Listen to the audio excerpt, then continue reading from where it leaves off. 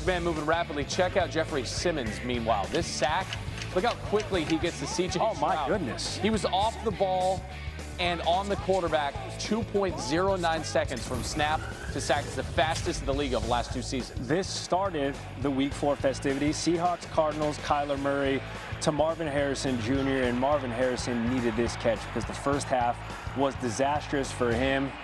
This is the Marvin Harrison Jr. that we know. That's it. Went up, high point of the ball. Seahawks won this game in the desert. All right, Sunday, where? Tampa, you got it. What? The Eagles blocked another kick? Yes. Riley Dixon was back to punt. Cameron Latu blocked it. Sidney Brown scoop and score. Look at how quickly Latu gets through. He blocked that thing with his elbows. Eagles, do they have elbows? Do Eagles have elbows? I don't believe know. so. They have large talent. What does the Eagles have? I'll tell you, Kaka, Garrett Wilson. I had him on my fantasy team playing Randy Scott yesterday, who had Devon Achane. Nobody cares. Who won that matchup? Nobody cares. Gary Striesky, this guy. Dolphins won the game 27-21. Congrats. Nobody cares but us. Happy for you. Panthers,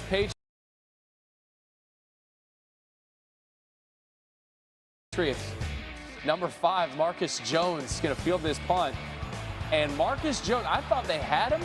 I thought they had us in the first half, not going to lie. Hey, come on. And then, bro. Just running with a bunch of Patriots. 7 yards. I can't even tell who has the football, I'll be honest. 42-13 Pats. Packers, Cowboys, Dakota Prescott evading the pressure.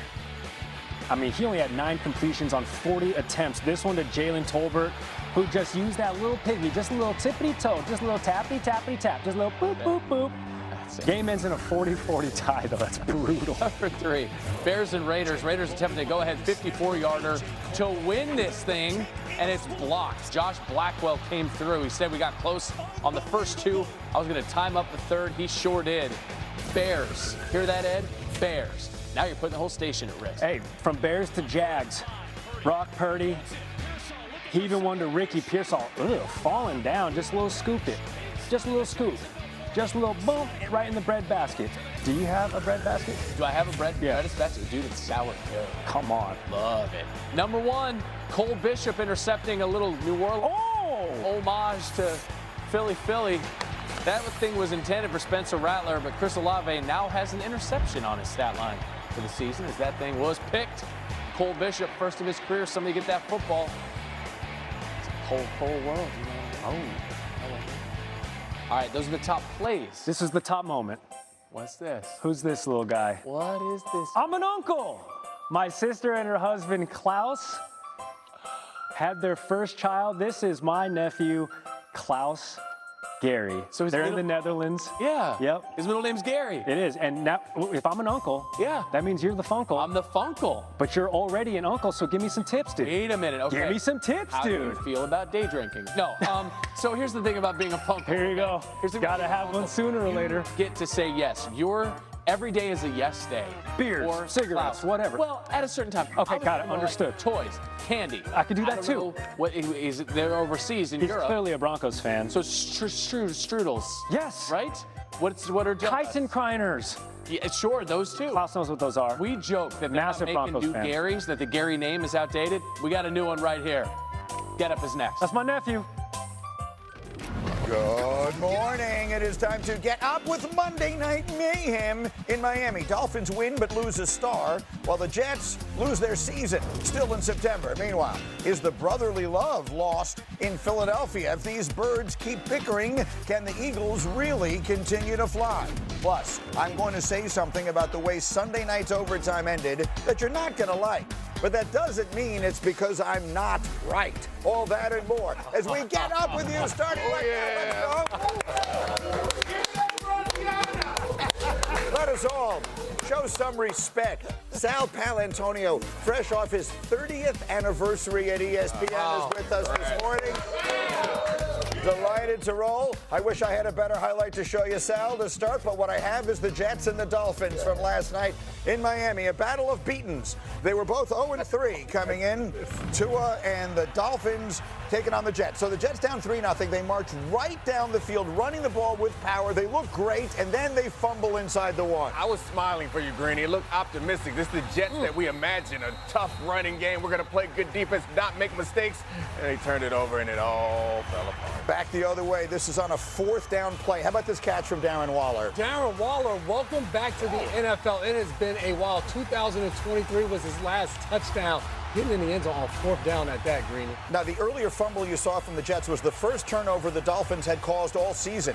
Here comes the second disaster. Oh, yeah, this is a problem with that you face with a quarterback that can do exceptional things with his legs. There's never a play they want to give up on, but sometimes you're going to give it up. Jets kick a field goal. They're down 10-3 at the half. The Jets then fumble the opening kickoff of the second half, and then this horrendous play happens. On the 3rd and 8, don't worry, we're not going to show you the replay of Tyreek Hill's leg. It's not something that you want to see this morning. One of those devastating injuries. Graziano will have more on this as we go this morning. But a devastating moment, obviously, for Hill. The injury is a serious one. Anyway, as the play continues, too easy.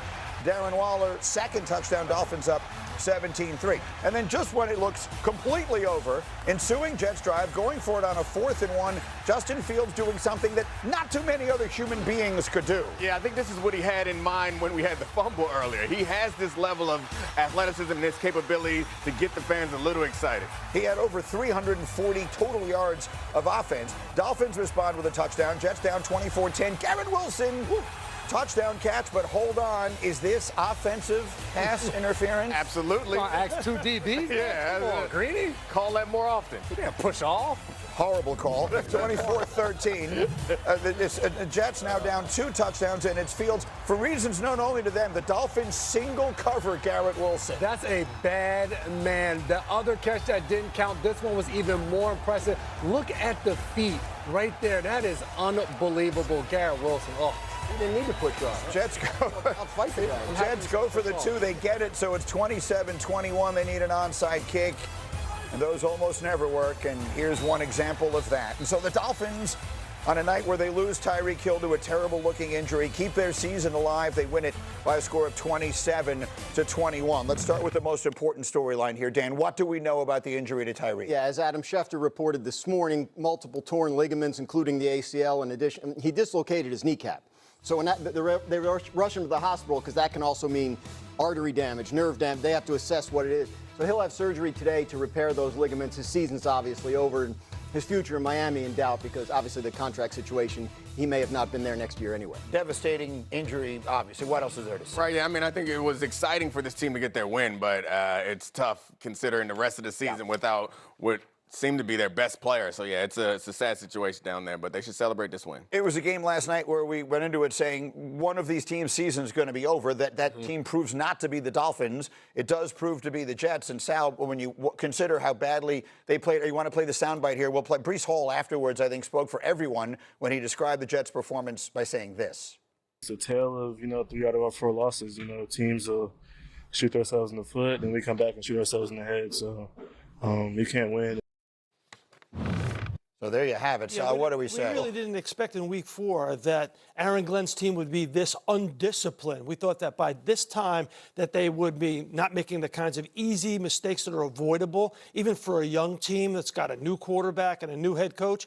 You would think that they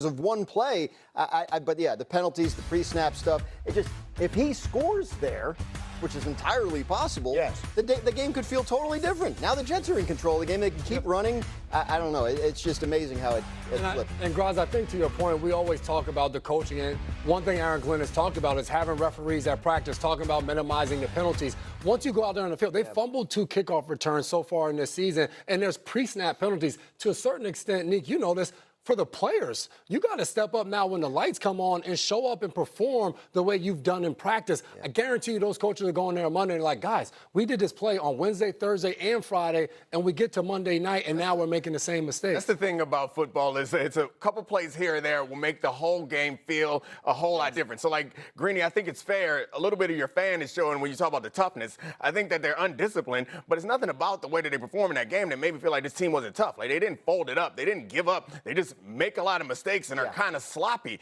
And you clean up, like, if they hold on to the ball, I think this game turns out totally differently, which fumbling is, like, it kind of feels a little bit random. So I'm not trying to give you any hope. It's not just the fumbles, though. It's this penalty. I'm not trying to give you real hope. It's the late hit on Tua. They hit him right in the head as he's sliding. Now that's discipline. When your body slam, when John Simpson is body slamming a man like 2 seconds after the whistle, well, that's also fake tough, right? There's tough and then there's phony. But they had resilience is what he's trying to say in the fourth quarter. I'm trying. Very impressed. Hey, he's a fan. He's a fan. Whatever. Look, this is a national show. The Jets are not worth any more time than we have already given them. Let's move on to the other disaster that was last night. That's a newsflash, right? The Bengals, not so good. Bo Nix and the Broncos hosting Cincinnati last night. Bo Nix, he's good. This on a 3rd and 5, takes it himself. Oh, yeah. Bo Nix is a great athlete. Sometimes you forget it, but he's not going to let the Bengals forget it on that play. Meanwhile, the Bengals' frustration is going to start to show. This is Jamar Chase with 10 yards on a 3rd and 20. The Bengals had 159 total yards and 9 first downs. And you saw a lot of moments like this on the sideline. We're going to talk a lot about it. Meanwhile, look at Marvin Mims the other way. Getting it done, the end around. You see that for every NFL team out there. You want to get a wide receiver the ball, just hand it off to him once in a while. And then how about this play? Look at Cortland Sutton. So the difference in this offense from week to week really depends on Bo Nix's accuracy. When he's accurate, this offense is good. And he put it right.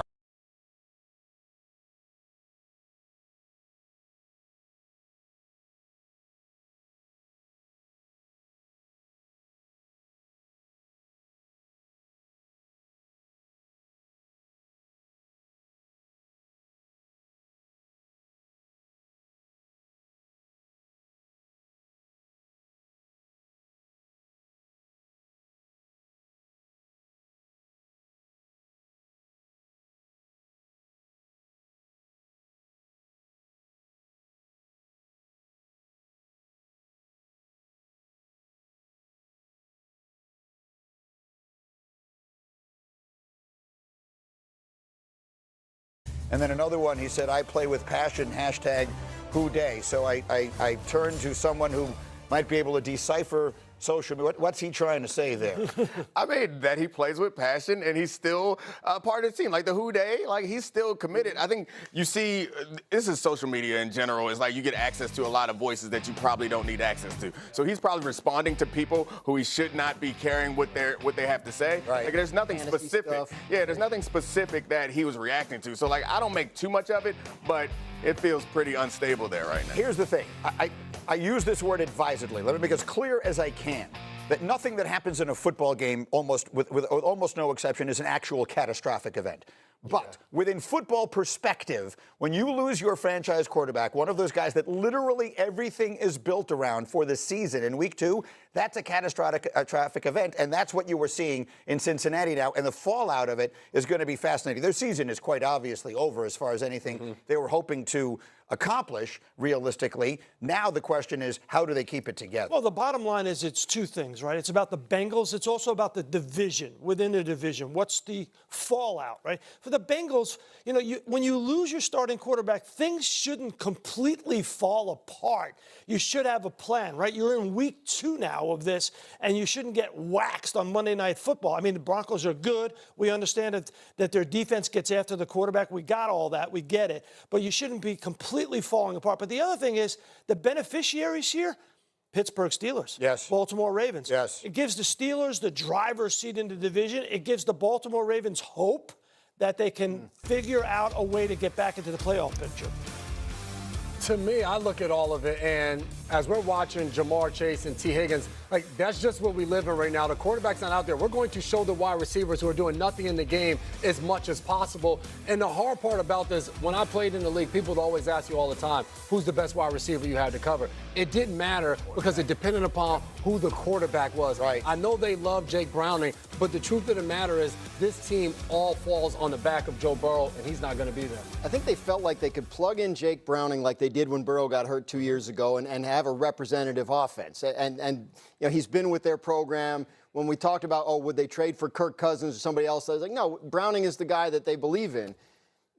I believe there were 4 players that had more yards from scrimmage this weekend than the Bengals had last night. Yeah. Like that, I'm not kidding. Like Ashton Genty and Bijan Robinson. But I mean, they have to reassess whatever their plan was, whether that means looking outside for a quarterback option, whether it means significant scheme changes that are designed to just not try and take Joe Burrow's offense and install Jake Browning to run it. I think there's obviously, whatever the plan was, they're 2-2. They're not mathematically dead, but they have to change. I didn't expect to have to try to be the ray of sunshine for both of these teams this morning, but to be fair, the Vikings and the Broncos are the teams that Jake Browning went up against, and those are two of the, like, the Vikings defense is almost impossible for real starting quarterbacks to decipher, and the Broncos play tight man coverage. Like Riley Moss was insane last night in his coverage on T. Higgins. And also, like Patrick Surtain, like, this is a real tough situation for a guy like Jake Browning, where I think Burrow in that situation, his athleticism, his ability to extend plays against man coverage, and make something happen. Yeah. I In hear the you. pocket another half second. But the problem is they got Detroit this week and Green Bay next week. Like, it's not going to get a lot easier. Yeah, I mean, I think that those teams are not worse, but those defenses are different. Yeah. Like, Detroit plays a lot of tight man coverage and aggressive also, but they don't have the level of corners that you would see in Denver. I hear what you're saying. The 2 games that they've played without Burrow, they lost by a combined total of 76-13. Yeah, it's not great. So, I mean, There goes your ray of sunshine. Let's get cloudy. Bring the clouds in. Bring the clouds in. All of a sudden, it's pouring rain. Okay, in Cincinnati. We'll see what happens. All right, the mayor of Philadelphia, or something like that, Sal Palantonio, is here to explain how the Eagles keep stacking wins. But Saquon has started slow, and A.J. Brown is posting Bible verses. We got to get to the bottom of that, and we will. Plus, the Ravens' reality check. Is Lamar's super shot slipping away? We'll get to all that and more as we get up with you on a spirited Tuesday morning on ESPN. Hey, that's pretty good.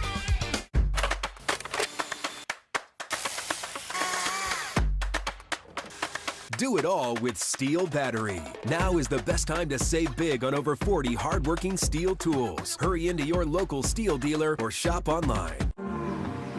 La playa is Spanish for the beach. If you can't remember that, the word Corona also works. Corona, La playa awaits. Son's a sweet dentist on ZocDoc. Dr. Staff is a real beauty, and people say he's passionate about dentistry. Dr. Sales on 33rd Street? We could practically skate there. Booked it. Sweet. You've got options. Book now. Today, business happens virtually everywhere. That's why you need Supermobile from T-Mobile. The best plan on the best network. A first-of-its-kind plan that lets you run your business from your phone like never before. In moments of high demand, T-Mobile's network adapts to put your business connection first, with built-in security to keep your business your business. Supermobile, the best business plan on the best network. You won't believe where I am. I'm stumped. Friendly insurance lizard, first letter G. Geppetto? Come on, you just switched to Geico for car insurance? They knew exactly what you needed? The friendly people at Geico weren't lizards. Think European accent, yay big. Napoleon? No. Not even a lizard. Maybe I can help. No way, it's the Geico Gecko. This guy knows crosswords. 64 across is quibble. Thank you. Get more support. Is that how you spell fracascia? Get more with Geico. 1 second, Grandma. This guy's gonna buy my car. Okay. You need Carvana. Entering plate number. No accidents, right? No. Generating offer. Carvana can pick it up tomorrow. That's an amazing offer. Sell your car the easy way with Carvana. Hi, Susan. Honey. Yeah? I respect that, but that cough looks pretty bad. Try this Robitussin, honey. The only brand with True Source certified honey. Mind if I root through your trash? Robitussin, the powerful cough relief you need. When you hear this song, what will be your response? I've been grinding all day and all night. All the fame on my mind. Trying to be the greatest of all time. Been grinding. When you're at the starting line for your next event, 4imprint has the right promotional gear, bottles, bags, hats, and tees, delivered on time to energize your customers and your team. Race now to 4imprint.com. 4imprint, for certain. Carne asada is back at Chipotle. It's our best steak ever. Fresh, no bad stuff. With garlic, cumin, coriander. It's super tender. juicy. People love it, and it's so good with our new red chimichurri. You're gonna want to put it on everything. 10 out of 10 flavor. This is the story of the one who knows that choosing Grainger for next day delivery and professional grade products can help him fly through the day like clockwork. Call, click, or stop by. Grainger, for the ones who get it done. I'm Rocket Money. I'm a personal finance app, and I'm also his best friend. I give him everything he needs to control his finances. Tracking spending, categorizing expenses, and canceling unwanted subscriptions. My guy had 2 food delivery accounts, and last month, he spent half his paycheck on takeout. Now he's got eyes on every dollar going in or going out. And when he's doing a good job, I let him know. So download Rocket Money to get control of your finances. Maybe a new best friend. The digital world is coming to destroy yours. Mayday, mayday.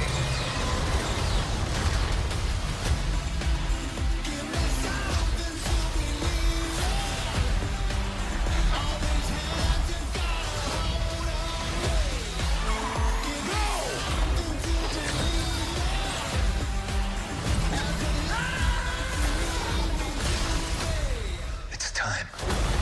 Tron Ares, PG-13. Get tickets now. Get Up is brought to you by the Hulu original series Chad Powers series premieres today.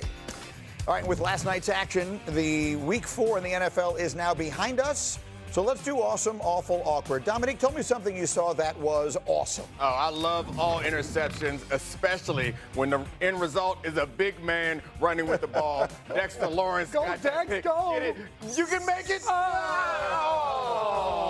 Get that man a touchdown. He even fell in slow motion. It's a great. Damian Woody was devastated yesterday doing this highlight that he didn't make it for the sexy Dexy with the thick 6 with the spectacular player. All right, that was awesome. Graz, what did you see this weekend that was awful? Someone else who almost scored a touchdown. Adonai Mitchell of the Colts. Like, he's in home free, but then he drops the ball on the 1-yard line and goes to the end zone for a touchback. This is the second year in a row the Colts did this. Jonathan Taylor did it last year against the Broncos. I think Shane Steichen should get that play out of the playbook. It's not a good one where you're about to score and you drop the ball on the 1-yard line. Rex said it's like hitting a home run and failing to touch home plate. It was such an incredible play, too. Like, the athleticism is just such an awesome right play. there in the game with the Rams. Finally, J-Mac, what was awkward? This right here, I mean, Liam Cohen was all right, Solid. You wanted to talk that trash during the course of the week. Don't come over and shake my hand, but you gotta admire the strategy. He started talking once there were people in between him and Robert Saleh. Offensive lineman. Know your matchup. Me and Robert Saleh, not a good matchup. I'm going to go ahead and back on out of this one. Yeah, we don't have to play it for you. You may have heard it. We have to bleep all of it anyway. The bottom line of it is they were just back for more. They were just cursing at each other. Yeah, that's probably not a fight Liam Cohen wants a whole lot of. Okay, so that was awesome, that was awful, and that was awkward. Sort of falling more into the awful range would have been the Ravens and the season that they are having. Lamar Jackson is hurt. The team is 1-3. Yesterday, John Harbaugh said the hamstring injury that Lamar suffered will prevent him, or did prevent him, from returning to the game against the Chiefs this weekend. And so the question becomes, Dan Graziano, when does he come back? They have back-to-back home games followed by a bye. Yeah, look, they need more information. My understanding as of yesterday was they weren't sure how much time, if any, he was going to miss. Obviously, it's a possibility he has to miss this week, but I think they want to see how the injury responds to treatment and any activity they give him here over the next couple of days. We should know more today, tomorrow. Sal, you were making the point that the Bengals imploding, whatever, forgetting how they do, they're no longer a serious consideration. The Steelers, who I think many of us still question, the Ravens still have a chance to play themselves back into this, but the quarterback injury sort of throws a monkey wrench into the